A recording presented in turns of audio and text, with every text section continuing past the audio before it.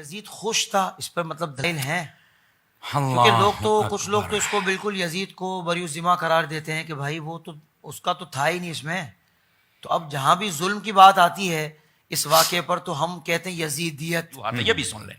پہلی بات یہ ہے وہ کہتے ہیں جی نبی پاک نے فرمایا تھا جو قسطنطنیہ کی جنگ میں جائے گا تو وہ بخشا جائے گا. تو یزید چونکہ گیا تھا تو بخشا گیا تھا. تو میں نے کہا پتہ ہے آپ کو وہ پہلا قافلہ کب گیا تھا؟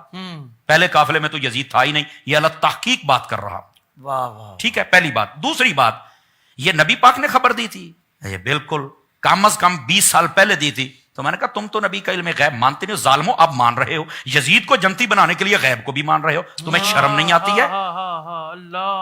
یہ دوسری بات سمجھ آ رہی نا جی. اور تیسری بات ہے یزید اس قافلے میں نہیں گیا تھا. وہ تو بعد میں بیٹھ کر وہاں شرابیں پیتا تھا اور بیٹھ کے جناب وہ اشعار پڑھتا تھا کہ میں بڑا خوش ہوں.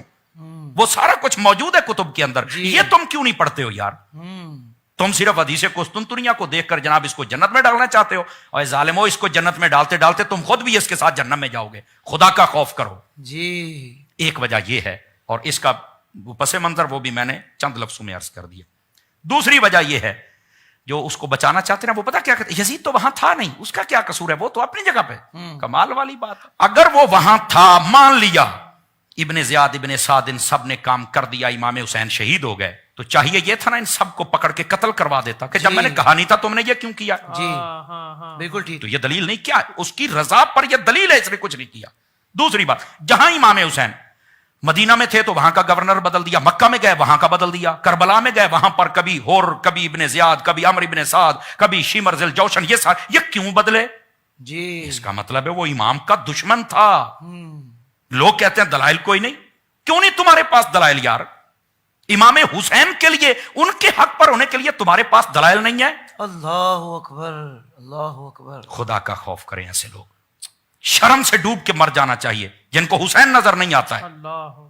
یزید کی طرفداری کرتے ہو اور ان کے لیے دلائل ڈھونڈتے. وہ تو وہاں تھا نہیں. یہ آج کا بھی اصول ہے. جب بھی کوئی کام ہو نا تو ظاہر سی بات ہے جو حکمران ہوتا ہے وہ بے شک اسلام آباد میں بیٹھا ہو مجرم وہی کہلاتا ہے. اس کی حکومت میں ہوا ہے.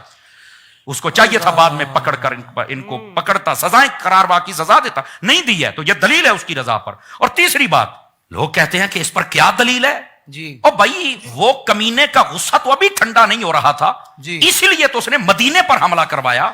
اللہ یہ تو شہادت حسین کے بعد ہوا ہے نا.